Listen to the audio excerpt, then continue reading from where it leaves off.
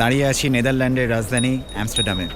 আর Amsterdam বলতে যে জিনিসটা প্রথমেই মাথায় আসে সেটা হচ্ছে দীর্ঘ সব খাল আর তার পাশে সুন্দর সুন্দর সব বাড়ি। এই যে খালগুলো, এগুলো কিন্তু অনেক পুরনো। অ্যামস্টারডাম শহর তৈরি হওয়ার আগে এই জায়গাতে একটা বড় মার্শি ল্যান্ড ছিল, পুরো জলায় জায়গা ছিল। তো সেই জলা জায়গার জল ছেঁচে তুলে দিয়ে সেই জলকে চালিত করা হয় বিভিন্ন খালের মাধ্যমে।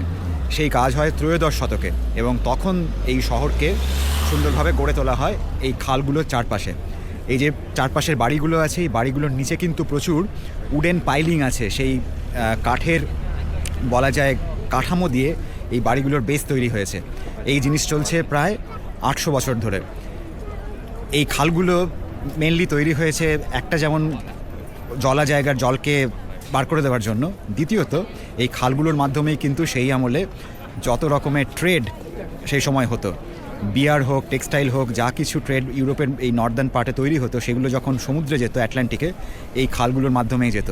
তাই এই খাল কিন্তু অ্যামস্টারডাম এবং নেদারল্যান্ডসের জীবনের সঙ্গে অত্যন্ত গভীরভাবে জড়িয়ে আছে, আজ থেকে নয়, প্রায় বিগত 800 বছর ধরে।